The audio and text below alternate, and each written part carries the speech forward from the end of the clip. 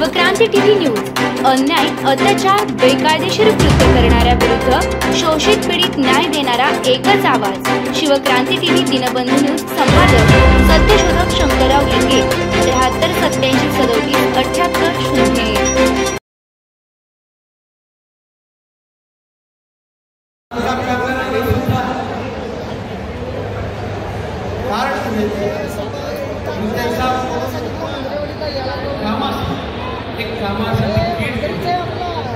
याचबरोबर त्यांच्या मुलाचं शिक्षणाची आरोग्याची सोय सुद्धा त्या बांधकाम कामगारांना सगळ्या पाहिजे. याचबरोबर विद्यार्थ्यांच्या बाबतीमध्ये जे विद्यार्थी 12वी पास झालेले त्या विद्यार्थ्यांना दरमहा 6,000 रुपये देण्याचा प्रयत्न केला. ITI झाले त्यांना 8,000 रुपये आणि पदवी जर जे आहे त्यांना 10,000 रुपये. माझ्या सर्व या 12वी ITI आणि पदवीधर विस्तार झाला. माझी नम्रपणा या योजनेचा ही योजना ऑनलाईन करायची कुणाच्या वशिलाची गरज नाही. 6,000 रुपये पाठवून दिला. याचबरोबर राज्यातल्या अनेक तरुण मित्र आहेत. या तरुण मित्राला स्वतःच्या पायावर उभा राहता यावं, तो नोकरी करण्यापेक्षा नोकरी देणारा व्हावा यासाठी विविध महामंडळ करायचे. बसवेश्वर महामंडळ असेल, OBC महामंडळ असेल, अण्णासाहेब पाटील महामंडळ, या कोणत्याही एकनाला बसत असेल अमृत योजना आहे. या सर्व योजना 1 लाख रुपयापासून ते 15 लाख रुपयापर्यंत हे लाभार्थ्यांनी कर्ज घ्यायचे आणि त्याचं व्याज महामंडळाने. अशा एक ना अनेक योजना पुरुष वर्गासाठी विद्यार्थ्यांसाठी करण्याचा प्रयत्न एकनाथ शिंदे साहेब आणि अमर पवार आणि देवेंद्र गणेश याचबरोबर एवढाच न्याय महिला वर्गाला दिला. या देशाच्या पंतप्रधानांचा 2014च्या आपल्याला जाऊ देतात का म्हणून या देशात जगाच्या तुलनेमध्ये तो आता 5व्या क्रमांकावर बॉम्ब लावला तुम्ही म्हणतात. आणि माननीय मोदी साहेबांनी 19च्या 5 वर्षामध्ये 3ऱ्या क्रमांकावर भारताची अर्थव्यवस्था घेण्याचा प्रयत्न आश्वासित केले. याचबरोबर 2047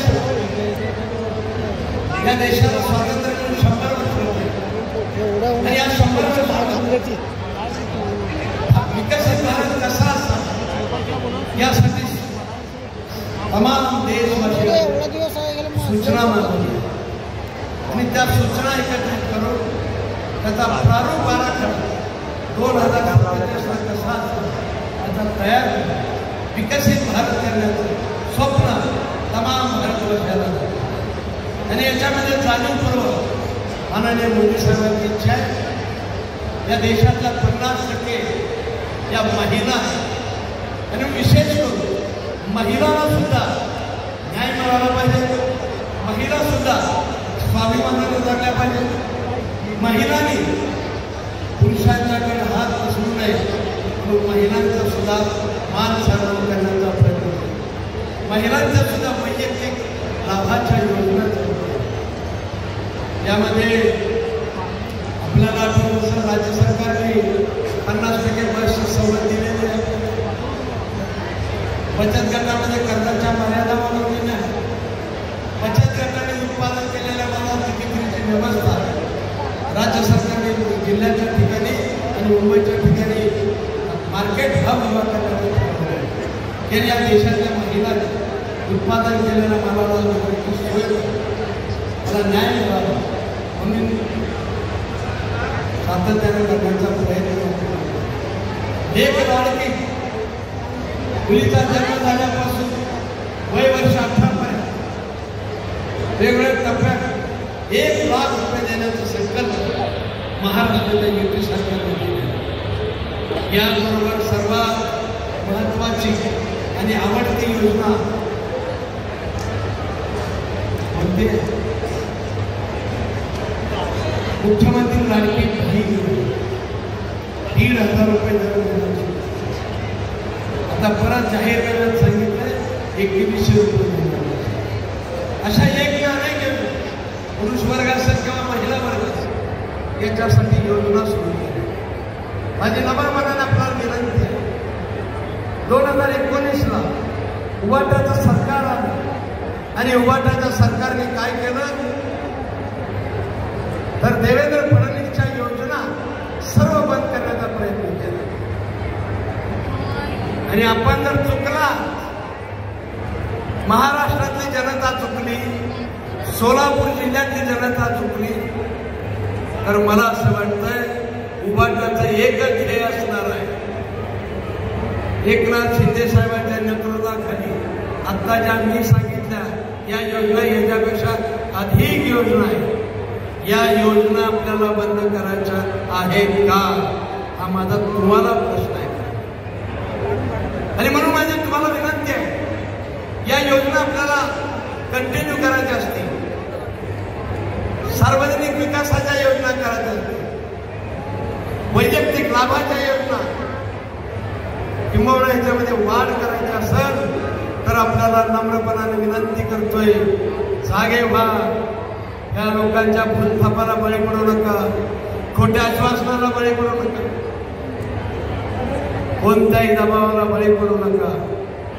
एकच करा, या जिल्ह्यामध्ये ज्या ज्या ठिकाणी कमळ असेल, ज्या ठिकाणी घड्याळ असेल, ज्या ठिकाणी धनुष्यबाण असेल, त्या ठिकाणी आपण सर्वांनी प्रचंड मताने महायुतीच्या उमेदवाराला निवडून द्यावं असं आपल्याला कळकळीचं आव्हान करत असताना मी तुम्हाला विनंती करतो की आपण हे राष्ट्रीय काम आहे, प्रत्येकाला सांगा मतदान करणं हे क्रमप्राप्त आहे, सर्वांना कंपल्सरी करा, मतदान केलं का विचारा, आग्रहाने मतदानाला घेऊन जा।